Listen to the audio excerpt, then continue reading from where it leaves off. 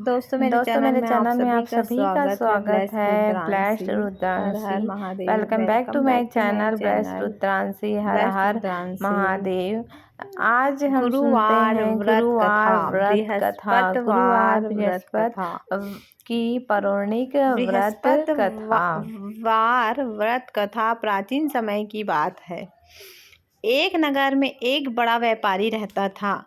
वह जहाजों में माल लदवा कर दूसरे देशों में भेजा करता था। वह जिस प्रकार अधिक धन कमाता था, उसी प्रकार झीकर व्रत करने से बृहस्पति ग्रह की हर पीड़ा से मुक्ति मिलती है। बृहस्पतिवार व्रत कथा प्राचीन समय की बात है। एक नगर में एक बड़ा व्यापारी रहता था।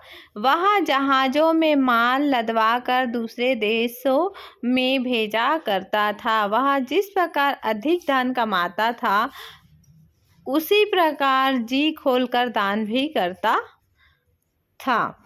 परंतु उसकी पत्नी अत्यंत कंजूस थी। वह किसी को एक दमड़ी भी नहीं देना चाहती थी। एक बार सेठ जब दूसरे देश व्यापार करने गया तो पीछे से बृहस्पति देव ने साधु वेश में उसकी पत्नी से भिक्षा मांगी। व्यापारी की पत्नी बृहस्पति देव से बोली, हे साधु महाराज, मैं इस दान और पुण्य से तंग आ गई हूँ। आप कोई ऐसा उपाय बतलाइए जिससे मेरा सारा धन नष्ट हो जाए और मैं आराम से रह सकूं। मैं यहाँ दान लुटता हुआ नहीं देख सकती। बृहस्पति देव ने कहा, हे देवी, तुम बड़ी विचित्र हो। संतान और धन से कोई दुखी होता है? अगर अधिक धन है तो इसे शुभ में लगाओ। कुंवारी कन्याओं का विवाह कराओ। विद्यालय और बाग बगीचे का निर्माण कराओ। ऐसा पुण्य कार्य करने से तुम्हारा लोक परलोक सार्थक हो सकता है। परंतु साधु की इन बातों से व्यापारी की पत्नी को खुशी नहीं हुई। उसने कहा, मुझे धन की आवश्यकता नहीं है जिसे मैं दान दूं।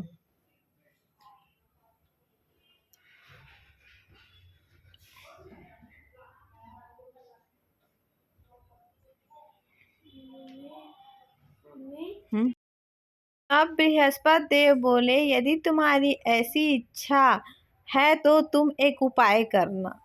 7 बृहस्पतिवार घर को गोबर से लीपना, अपने केशों को पीली मिट्टी से धोना, केशों को धोते समय स्नान करना, व्यापारी से हजामत बनाने को कहना, भोजन में मांस मंदिरा खाना, कपड़े अपने घर धोना। ऐसे करने से तुम्हारा सारा धन नष्ट हो जाएगा। इतना कहकर बृहस्पति देव अंतर्ध्यान हो गए। व्यापारी की पत्नी ने बृहस्पति देव के कहे अनुसार 7 बृहस्पतिवार वैसा ही करने का निश्चय किया। केवल 3 बृहस्पतिवार बीते थे कि उसे समस्त धन संपत्ति नष्ट हो गई और वह परलोक सिधार गई। जब व्यापारी वापस आया तो उसने देखा कि उसका सब कुछ नष्ट हो चुका है। उस व्यापारी ने अपनी पुत्री को सांत्वना दी और दूसरे नगर में जाकर बस गया। वहाँ जंगल से लकड़ी काट कर लाता और शहर में बेचता। इस तरह वह अपना जीवन व्यतीत करने लगा।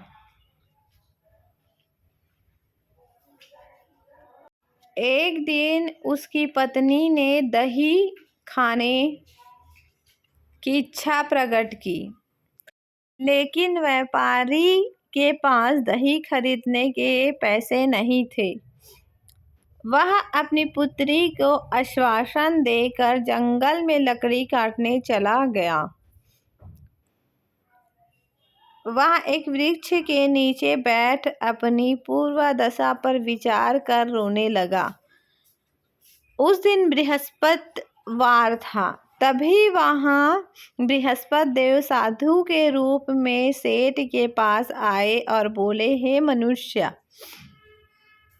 तू इस जंगल में किस चिंता में बैठा है?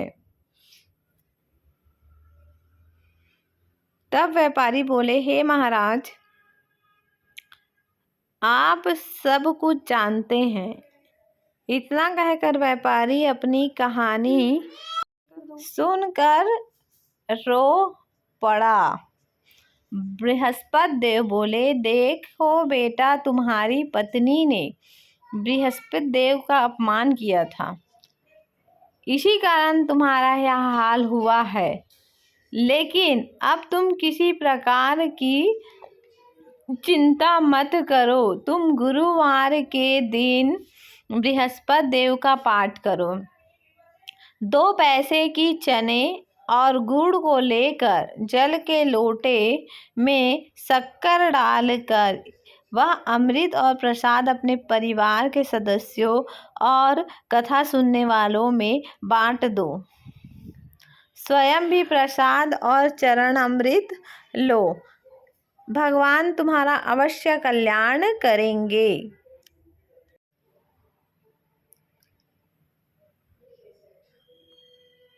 साधु की बात सुनकर व्यापारी बोला, महाराज, मुझे तो इतना भी नहीं बचता कि मैं अपने पुत्री को दही लाकर दे सकूं। इस पर साधु जी बोले, तुम लकड़ियों शहर में बेचने जाने, तुम्हें लकड़ियों के दाम पहले से चौगुना मिलेगा, जिससे तुम्हारे सारे कार्य सिद्ध हो जाएंगे।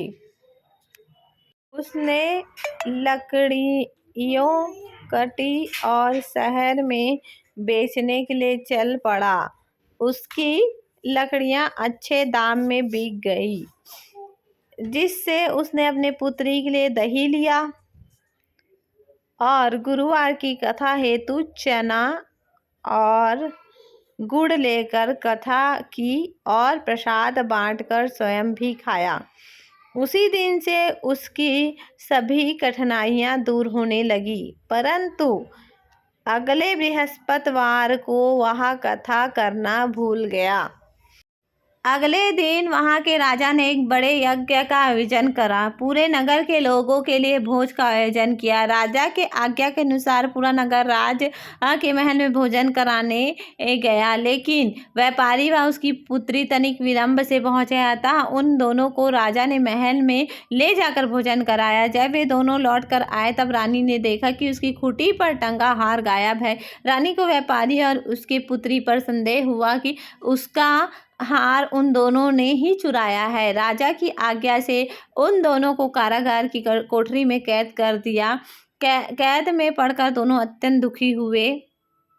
वहां उन्होंने बृहस्पति देव का स्मरण किया। बृहस्पति देव ने प्रकट होकर व्यापारी को उसकी भूल का आभास कराया। उन्हें सलाह दी कि गुरुवार के दिन कैद खाने के दरवाजे पर तुम्हें 2 पैसे मिलेंगे, उसे तुम चने और मुनक्का मंगवा कर विधिपूर्वक बृहस्पति देव का पूजन करना। तुम्हारे बृहस्पति देव को कैद खाने के द्वार पर उन्हें 2 पैसे मिले। बाहर सड़क पर एक स्त्री जा रही थी। व्यापारी ने उसे बुलाकर गुड़ और चने लाने को कहा। इस पर वह स्त्री बोली, मैं अपने बहू के लिए गहने ले जा रही हूँ, मेरे पास समय नहीं है। इतना कहकर वह चली गई।